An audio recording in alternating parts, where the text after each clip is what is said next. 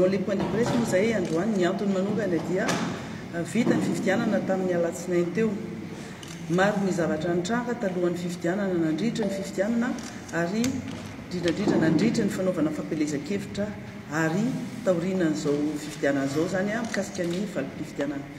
ny zavatra tenena voalohany moa zany dia ny zavatra rehetra nitranga aloha nandritra ny fampelezan-kevitra dia hitantsika fa tsy nanaja ny lalàna tsy nanaja ny lalam-panorenana ny fitondram-panjakana indrindrandrindra ny filoham-pirenena sy ireo membre gouvernement tsy nijanona tamin'izany maha-filoham-pirenena ny olona rehetra era Madagasikara ny malagasy rehetra zany na mifidy na tsy mifidy anazy izy fa dia nanosika ireo candidat ny antoko misy azy zany hoe tsy nametraka ny toerany ny maha-filoham-pirenena anazy ary mbola nametraka ny tenany ny finoana antoko ary teny ary izy hoe nanotrina anazy ireo candidat ny antoko misy anazy dia zavatra hitantsika kosa amintsika miteny androany dia nisy fiantraikany tamin'ny voka-pifidianana ny fijoroan'ny filoham-pirenena tany amin'ireny toerana marobe ary hitantsika moa fa lista marobe lista lavabe no voatsikaritray constant moa zany no tenenana azy lista lavabe ny toerana le amin'ny filoham-pirenena nanotrina nanireny candidat ny antokon'ireny ary nisy fiatraikany araka ny tenena teo any amin'ny valim-pifidianana zany ny zavatra voalohany tenena zany dia hoe ny tsy fanarahana ny lalam-panorenana ny tsy fanarahana ny lalàna misy ary tsy fanajana ny principe de neutralité et d'impartialité zany hoe ny maha-olona filoham-pirenena anazy zay zany sy ireo administration tenena moa zany dia ny membre gouvernement rehetra zany zay lafin'izay zaitsaka lalàna aoriana zay marina fa misy ny fitoriana azy azo atao na any amin'ny CENI na any amin'ny HCC fa ny zava-misy kosa aloha dia nisy vokany ratsy teo amin'ny mpifidy zay fitsanganan'ireo olona manana ny fahefam-panjakana ireo satria nampiasa ny fahefam-panjakana na hoe prérogative de puissance publique ireo olona ireo zay laviny zay tsy azo ny lalàna atao mihitsiny mamelan'izany olona manana prérogative prérogative de la puissance publique na fahefam-panjakana izay ny tompony fahefam-panjakana voalohany indrindra eto amin'ny firenena dia ny filoham-pirenena ary ny lalàna-panorenana sy ny lalàna velona rehetra dia mametraka an'izay toerana zay izy no lehiben'ny firenena ary izy no lehiben'ny administration rehetra zay misy eto ny faharoa ny zavatra hita nandritrin'ireny fotoana fampelezan-kevitra ireny dia ny tsy fanajana ny lalàna zay nataony olona maro akoatra ny filoham-pirenena sy membre gouvernement fa tao tafiditra ao anatin'izany ny chef de région tafiditra tao anatin'izany ny chef district tafiditra tao anatin'izany ny chef d'arrondissement reny tafiditra tao anatin'izany ny filoham-pokotany indrindrandrindra zay fantatra fa nanana anjara andraikitra lehibe tamin'ny zavatra tsy nety rehetra teto amin'ity firenena ty tsy resaka Antananarivo fotsiny fa Madagasikara manontolo zany rehetrarehetra zany marina fitenenay fa misy lalàna zay mamelanay hitory zany fitoriana zany dia zavatra anankiray atao zany fa eto kosa tsy maintsy ambarany olona rehetra hoe matoa ny olona rehetra zay nahita fa era Madagasikara indrindrandrindra teto Antananarivo sy manodidina dia ambanidiambany ny tapavitrian'ny olona ifidy dia noho ny antony zay zavatra nitranga tamin'ny fifidianana filoham-pirenena teo zay fantatra fa nisy ny alabato nisy ny fahifangalarana vaton'olona nisy ny fanaovana bulletin précoché nisy ny fampiasana ny fahefan'ny-panjakana nisy ny fanodikirina vato sy ny sisa marobe anisany natonga ny olona tsy hifidy zany fa io ihany koa ny anjara andraikitra ny CENI sy ny HCC manontolo zay tompony andraikitra tanteraka amin'ny resaka crédibilité ngamba no azo ilazana anazy hoe tsy matoky intsony ny olona amin'izay lafin'izay eto androany zany dia mbola hiteny izahay hoe nandritry ny fanaovana ny campagne électorale dia mbola verina eto any zany hoe ny fampiasana ny fahefam-panjakana manomboka ny faratapony katraty amin'ny farany ambany indrindra aty amin'ny filoham-pokotany zany tsy nametraka ny principe de neutralité sy ny impartialité fa ny andany tamin'ireo candidat zay nitohanan'ny fanjakana zany ireo olona ireo ary nampiasa misy ny fahefam-panjakana tamin'ny fanaovana an'ireny bulletin précoché fangalana an'ireny bulletin unique zay tsy hita zay naleny fa indrindrandrindra zany ny fanaovana menace ny fanaovana fandrahonana an'ireny olona zay tsy nanaraka ny baiko natao zany ohatra reny fonctionnaire reny fonctionnaire na mpampianatra io na chef sisco io na dokotera io fa reny fonctionnaire sy ny sisa zany dia nahazo fampirorona na roesorona amin'ny asa misy anazy na affectena na ampirorona amin'ny zavatra hafa ihany koa misy ary moa dia fampirorona ho faty mihitsy sy fandratrana an'ireny olona reny ary nandritra ny fampielezan-kevitra dia hitantsika fa marobe ny herisetra izay nitranga tamin'ny na candidat zany na tamin'ny pomban'ny candidat zany na tamin'ny délégué nisy ary namonihany mihitsy tamin'ireny zavatra nitranga reny eto moa zany zay zany androany dia miteny hoe tsy mety tena tsy mety hoe firenena ohatr' zao everina fa hoe firenena démocratique zany no lasa ohatr' zao zany firenena malagasy zany mahamenatra ary tena loza dia loza no miatra amin'ny firenena malagasy amin'ny voaka malagasy amin'izao fotoana zao izahay nandray anjara tamin'ny fifidianana filoham-pirenena efa nahita ny zavatra maro zay tsy nety kanefa dia efa nandefitra ny filohantoanana tamin'izany fotoana zany fa amin'ity fifidianana solombavam-bahoaka ity dia mahita zany fa mbola nitoy ilay izy ary misy fomba fisehoany samihafa ilay izy nandresaka alabato na n'izay resaka fampiasana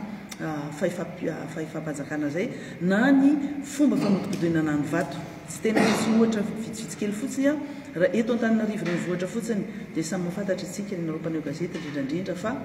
asamin'ny ora tenenantsika zao zany boriboritany enina eto amin'ny Antananarivo reny vohatra zany mbola tsy mivoaka 100 isanjato ny voaka mpifidianana fa ohatran'ny lalovina natao hoe manao préparation psychologique zany ny olona amin'izao fotoana zao inona no antony boriboritany voalohany fotsiny ho resahako eto io ny farany akaiky indrindra ary raha mijery ny any amin'ny SRMV sy ny sisa rehetrarehetra any efa tsy eo amin'ny SRMV intsony ireo PV rehetra fefany amin'izany manina mbola tsy mivoaka ny valim-pifidianana toy izany daholo ireo boriboritany anaky enina ireo inona no antony izay mataraiky ny fivoahan'ny valim-pifidianana 100 isanjato zay ny faro ny fiovan'ny isa zay aingana dia aingana ao anatin'ny ray andro na ray alina fotsiny any amin'ny 60% 62% tonga dia mitotongana aty amin'ny 48%.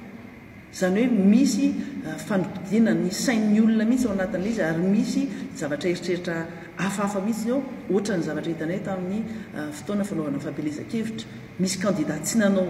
fampelezan-kevitra na indray mandeha ary misy mba nanao kely ihany kanefa dia magaka dia hoe mahazo vato presque mitovy amin'ny azon'ny olona izay nanao fampelezan-kevitra mafy be ary tena hoe nandany fotoana sy aina sy arena raha ny sasany fa ny sasany dia miandry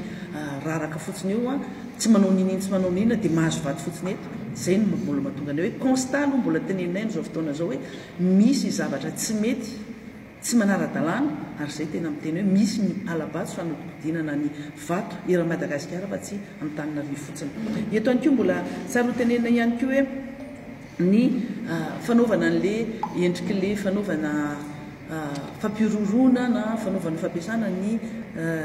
fahefam-panjakana amin'ny alalan'ireny candidat toana ny fanjakana ireny dia ny fanaovana ny olona hoe raha tsy mifidy ianareo dia tsy misy intsony ny dasy na reny mpitandro filaminana any amin'ny toerana izay misy dahalo indrindrandrindra ny candidat mihitsy no mitondra an'ireny mpitandro filaminana reny ary miteny amin'ireo olona vahoaka hifidy anazy raha vao tsy mifidy anay ianareo dia tapitra tre tokoa ny mpitandro filaminana hiaro anareo amin'ny resaka dahalo zany rehetrarehetra zany fampiasana ny fahefam-panjakana sy fitaovam-panjakana tafiditra ao anatin'ny zavatra rarany lalàna mora dia mora ny miteny ohatra izy izay nisy ny HCC hoe mitory ianareo ny fitoriana ho atao fa ianareo koa mila mandray andraikitra satria adidy tanteraka izay nisy ny HCC zany rehefa mahafantatra fa misy zavatra tsy mety ohatr' zany ara-pahalalàna ary misy koa fatabahoaka zany tsisy tsy mahita isika tamin'ny ainao manjery nandrao ihany koa moa mamoaka an'ilay izy hitatsika hitapoky hita-pirenena ny filoham-pirenena manao tena fanentanana mihitsy hifidy